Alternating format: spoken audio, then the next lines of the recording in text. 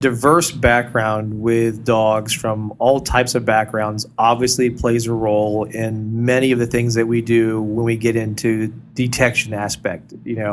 The lessons we've learned in your side of it, the field work and obedience and things like that play a significant role. How did you end up finding your way to the detection dog world? How did that happen?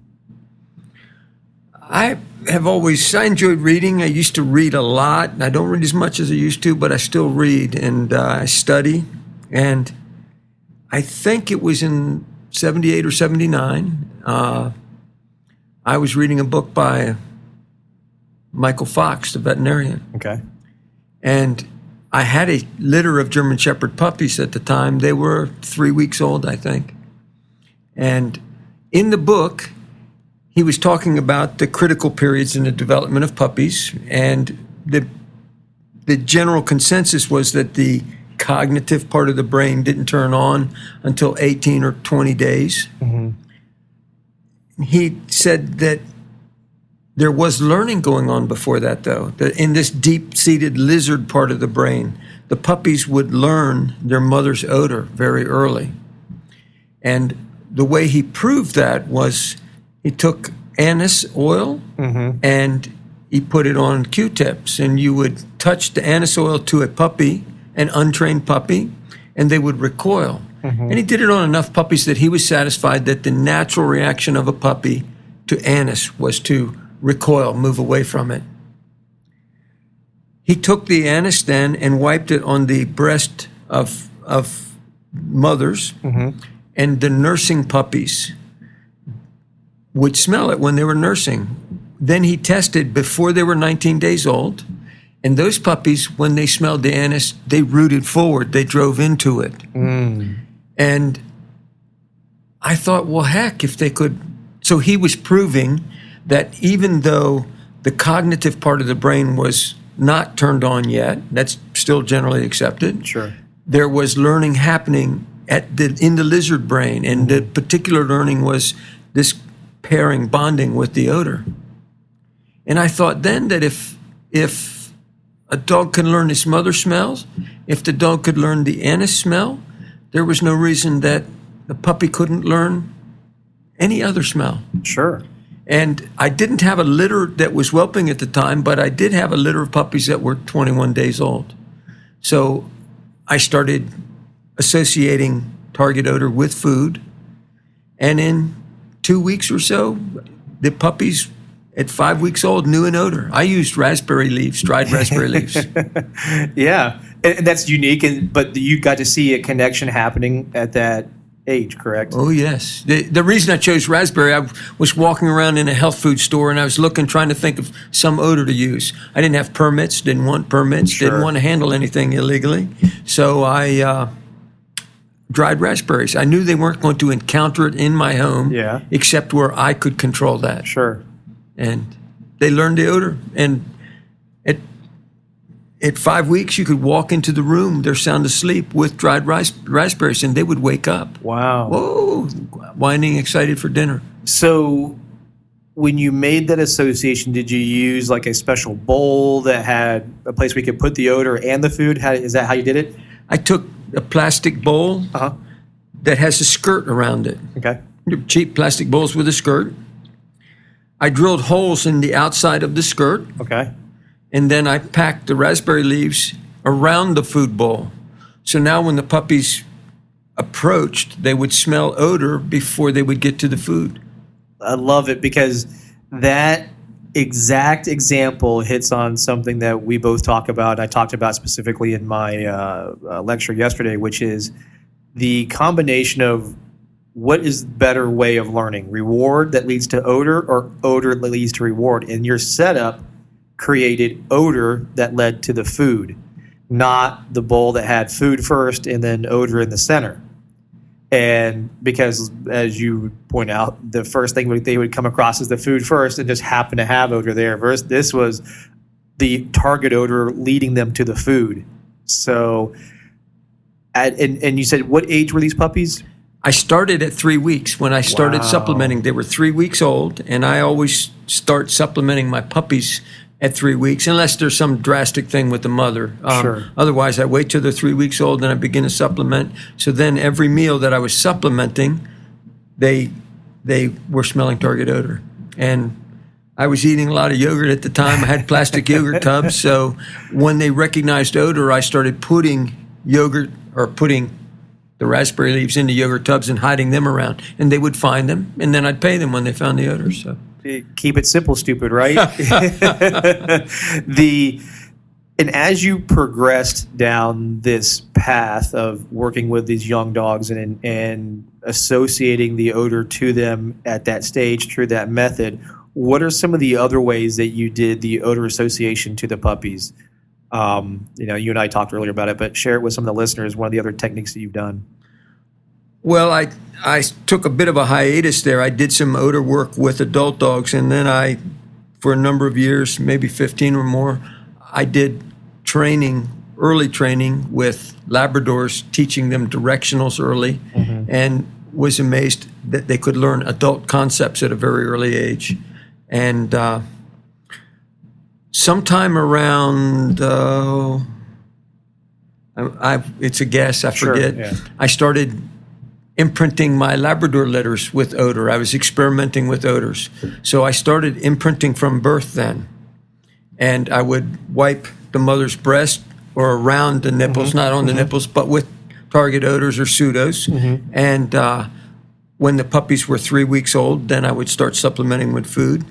But in addition to wiping the breast, there's two different things I did. One, I've read that there's a period, it's like 24 hours into early exposure, when rat puppies imprint on their nest odor, and they can tell their nest from a different one.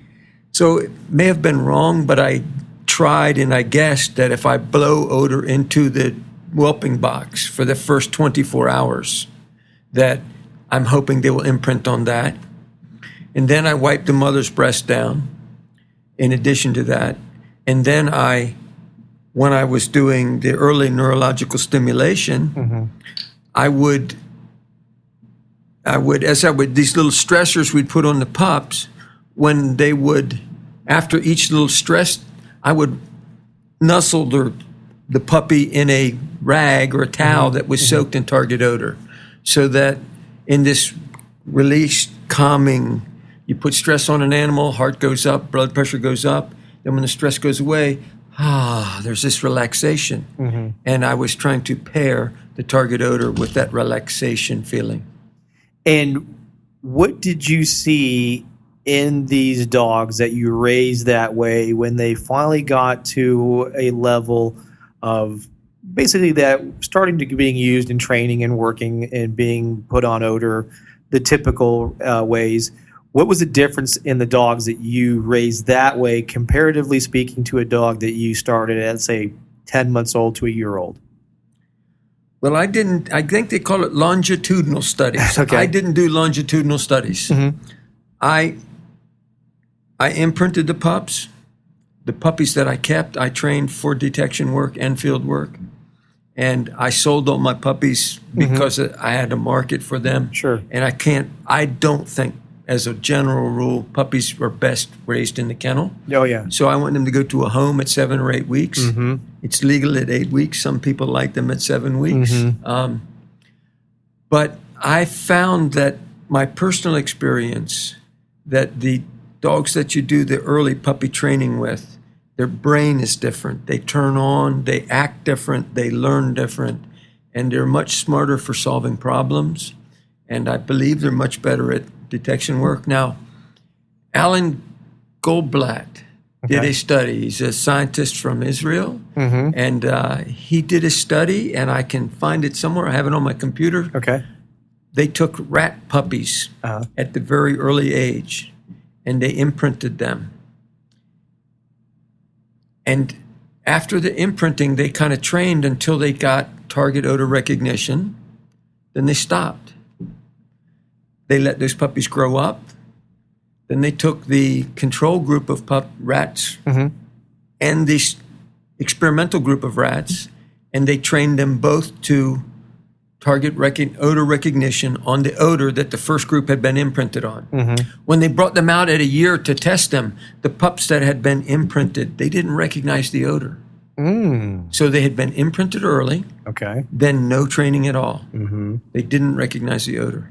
But when they started training, those pups with the early exposure all got target, or a very high percentage of them acquired target odor recognition before the others. Okay. So it made a lasting change somehow in the brain structure of the animal.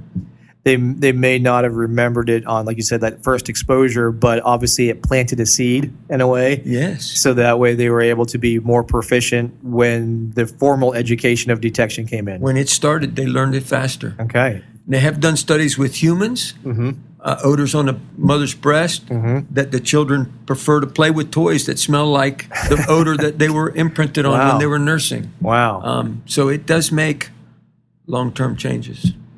And I find that fascinating, and I'm sure many of our other listeners find that fascinating. As you know, because there's an argument that's out there many times, and I know you've heard of it, is where people will say, just because you can doesn't mean you should.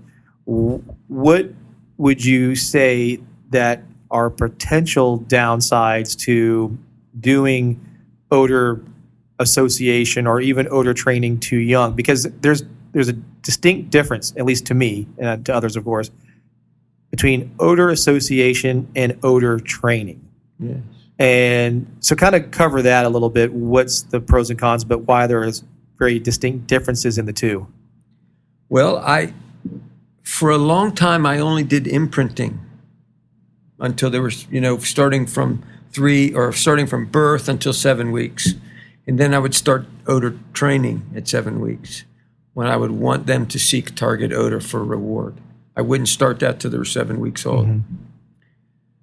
Then I woke up one day and realized that I was being intellectually lazy or incurious, and that there was no reason, if they could recognize target odor, there was no reason not to start training on target odors before 7 weeks. And I began to train and test puppies. I developed a box. Actually, I saw a picture of a test that was used for rats, and I developed a box with different tunnels that came out of it. And I put distractions in one, target odor in the other, kind of thing. And that set the puppies down in the box. And after they were imprinted, the puppies would have to go through the tunnel to get out the target odor one to get fed. And I didn't mean that we didn't feed them if they didn't get the odor, but I tested them, and we tried to control things. I would rotate the box so the target odor was in a different spot, different direction each day. Like maybe they were always going south, so I rotate the box, and then I'd rotate the direction I'd put the puppies, and I recorded how often they'd find the right odor. And the one or two of the puppies in the litter were worse than chance on selecting the right one. I couldn't figure it out. Like, how can you be worse than chance? Sure. Several of the puppies were in the percentage of the 80 to 90% choice, correct choice. And I mean like 3.5 to 4 weeks old. They can barely walk. Well, they can walk well. It's been a while since I had a litter. They're just learning. Yeah. And they're making the correct choice of target odor. Now, not passive imprinting, like imprinting when they nurse or imprinting when they eat, but they're actively seeking target odor. And some couple were in the 80 to 90% correct, couple were in the 70s, and one or two were, as I remember, were less than chance. Several of the dogs that scored very high went on to projects, and they did well. So I would, if you can test a puppy that early, if some test better than others. Now, that doesn't mean the ones that don't do as well aren't going to make detection dogs. Sure. But if I was going to train detection dogs, I want from the ones that tested the best. And that didn't answer your question about downsides. Here's one big downside, I believe. Okay. Well, that's a 5-minute answer that didn't answer your question. No, that's fine. There was still a lot of good information shared there, so go on. No, I'll try to answer your question. Very short answer. The downside, If I imprint explosives, one explosive maybe, or multiples, but I might do one odor, train on that, then add other odors. That's the way I would do it. And I think if you imprint on one odor, you can develop that and develop all the skills of seeking target odor and stuff. If I imprint on explosives and I raise my puppies up and they're a year old and I get calls for 3 currency dogs, 1 memory chip dog, and 2 narcotics dogs. Yeah. Now I have a litter of explosive imprint dogs Yeah. that I can't or shouldn't or don't want to switch odors. No, yeah. And I yeah. don't have odors. I don't have dogs to fill the others. Yeah. So the big downside is you have to know in advance where they're going. And that's an excellent point. I'm actually going through that myself right now. So, when I'm trying to show the industry, and we'll talk about this a bit more, we need to become better about being self-reliant on our canine needs. We don't always have to get the dogs from Europe. They have great programs over there, but we also here in the States have good genetics of dogs. We have great people with knowledge. We just lack a process. And kind of what we're talking about here is a process that helps us develop dogs from that puppyhood to that young adult stage where we'll start training them.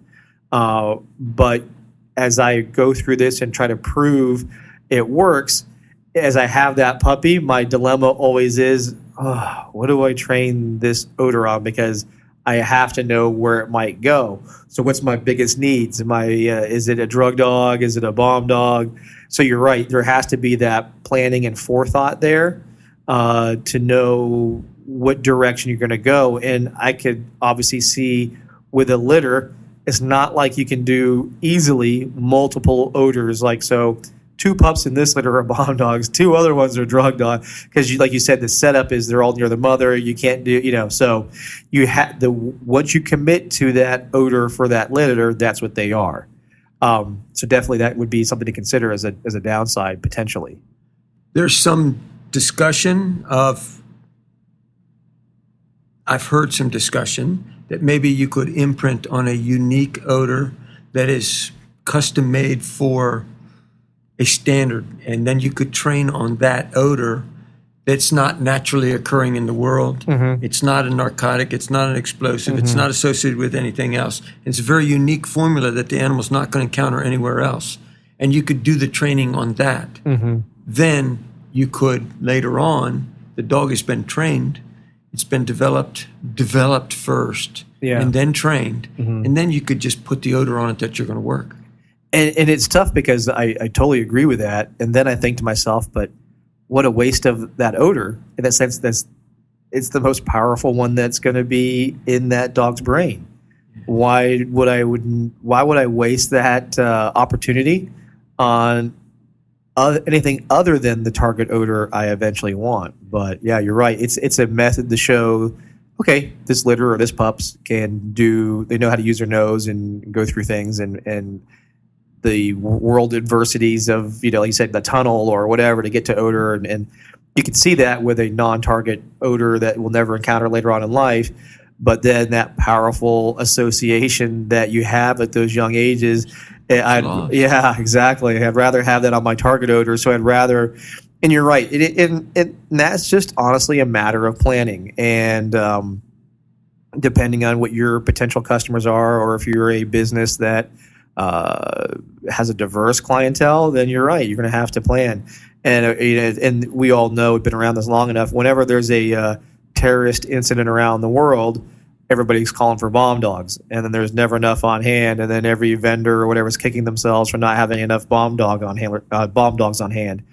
However, you can't just have a bunch of bomb dogs on hand because there's not always a bunch of clients ready to get them. So it's with planning, I think it could work. What I do like that you bring up is it's a process, and this process is important, and it can show us we can be successful in raising young dogs.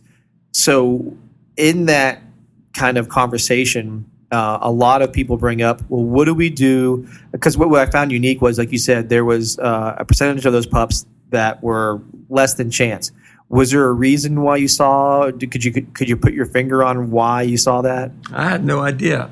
I was just videoing and recording what was happening. I had no explanation for it. I didn't track them, again, no longitudinal study, except the couple that went into work, and they did well at their jobs. Okay. I will say that in addition to the odor work, I use, with the puppies that I'm raising, I don't really do a lot of training other than odor until they're 7 weeks old. Maybe some's a little selfish. I don't want to put a lot of time in somebody else's pup. Yeah, sure. I'm observing. Now, I do put a tremendous amount of time. That doesn't sound right. I put my pups out in physical challenges. I hide the food in the yard. They have to find the food pan sometimes. They have to climb over obstacles to get to their mother. They have to climb through here and there. And so I tried to develop exploratory behavior, trying to teach them to go out and search and find. And, I do a lot to develop and to expose them environmentally. I imprint odors on them. When they're 7 weeks old, I take my puppy and then I start daily training with my puppy. And I do 4 or 5 little sessions a day. And they learn, again, they can learn advanced concepts. It turns on the brain, and there's a lot of research that shows that early exposure, early experience builds out the physical structure of the brain different than the animal. And it builds, I forget all the terminology, but it builds a structure and a framework that then fills out with experience later on. And the reverse of that, in these developmental periods, once at a certain point, the brain starts to shut down areas that aren't needed. And if you take